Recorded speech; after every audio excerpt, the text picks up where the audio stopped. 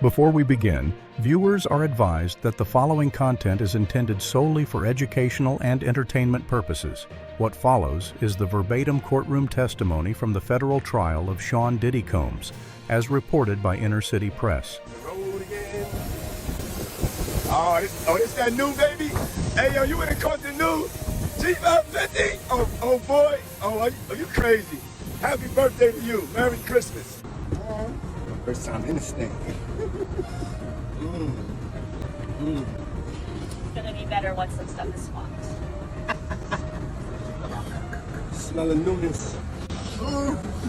Fresh mahogany. Yeah. Hey, yo, check it out. For inspirational and motivational uses only. I'm going to take me a nap. I'll see y'all in the A, man. What up, boy? Good morning. Send nothing but love and positive vibrations your way. Yo, we on our way to make some historical, beautiful, much-needed soul to the soul capital of the world, ATL. We are on our way, and we bring them nothing but love and positive vibes and smash hit motherfucking records. Love is in the building, and I'm taking no shorts. Here's to us, to us, to us, to us. Love, love, love, love. Sean Diddy Combs, he's facing, well, incredibly serious allegations right now. The sex trafficking trial is looming. Exactly. But what really caught our eye, what we want to dive into, is this report in the U.S. Sun. Right. It details some pretty surprising financial activity. He's reportedly earning quite a bit of money. By renting out his private jet, is that right? That's the one. While all this legal stuff is swirling around him. It's just such a strange contrast, isn't it? You've got these incredibly serious legal proceedings over here. Yeah. And then seemingly on a completely separate track, this business activity, making money. It really is. And the U.S. Sun report suggests that, while Diddy's been keeping a lower profile, his jet, this $60 million jet, has apparently turned into a serious moneymaker. They're saying, what, $4.1 million? $4.1 million reported income. Yeah. It's a significant figure. Absolutely. And it makes you think, these assets, they just keep operating, don't they? Even when things get complicated personally. Well, you also have to factor in the costs, right? Owning a private jet isn't cheap. No way.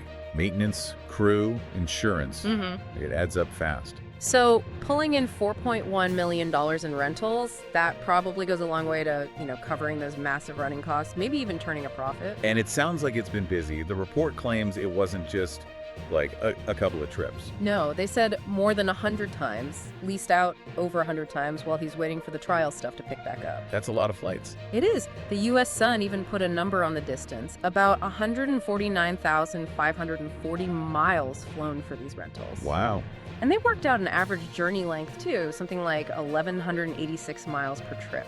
So yeah, you do the math, over 100 rentals, that total mileage, it starts to sound, well, plausible. It paints a picture of pretty consistent use. And here's a fascinating detail from the report, the average cost for the people renting it. How much was that? Estimated at $32,597 per journey. Okay, so again, multiply that out. That $4.1 million figure seems to track, doesn't it?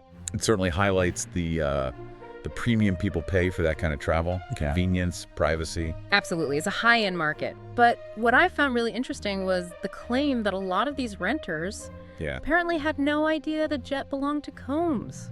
Really? That's what the report says. So what do you think that tells us about how these high-end charter services work, maybe? That is a great question. It suggests maybe the focus is purely on the aircraft, the service itself. The actual owner is kind of irrelevant. Or maybe hidden. Or hidden, yeah. Like there's a layer of management companies or brokers in between. Creating that separation between the asset owner and the person actually using it seems likely in that world. Okay, so let's link this back to the trial context then. This report is coming out now, right, just as the trial's about to resume.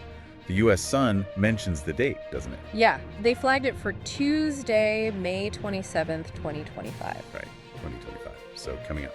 And that's going to be, what, the start of the third week of the trial? That's what they said. And the next big thing is testimony from his former personal assistant, right? Yeah. Capricorn Clark. Exactly.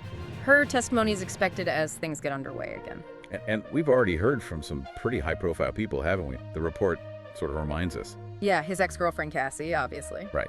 And Don Richard from Danity Kane. And even Kid Cudi was mentioned, with allegations about threats and property damage. So those earlier testimonies have definitely, laid some groundwork. No doubt. Capricorn Clark's perspective will be watched very closely now. But it just keeps circling back to this weird disconnect for me. You have the seriousness of the charges, the court proceedings, upcoming testimony, and yet this report suggests at least one part of this business empire, the jet rental, is just carrying on and seemingly doing very well. It really makes you stop and think, doesn't it? What does this kind of ongoing financial activity actually tell you? What does it signify? Is it about how resilient certain businesses are, especially at that high end? Or maybe how insulated they can be from the owner's personal issues? Or just that the demand for private jet travel is always there, regardless of who owns the plane. Could be.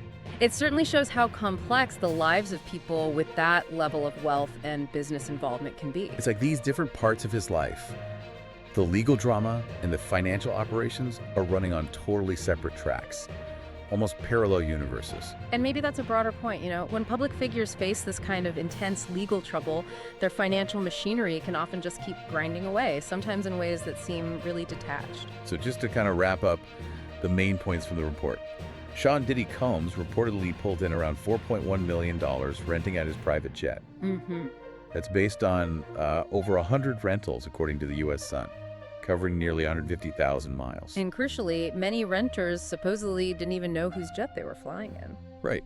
And all this is happening as his sex trafficking trial is scheduled to restart, with testimony from a former assistant expected soon. So it leaves you with this really interesting thing to chew on, this stark contrast, serious trial, serious allegations. Yeah. Running side by side with what looks like a pretty successful, lucrative business operation. What does that tell you about wealth, fame, and the legal system today? It definitely gives you something to think about. And as the trial does move forward, you have to wonder, will this reported income become a factor? How might it play into public perception or even affect the legal side itself, if at all? Who knows? It's definitely a situation with a lot of different layers, something we'll need to keep an eye on as it unfolds.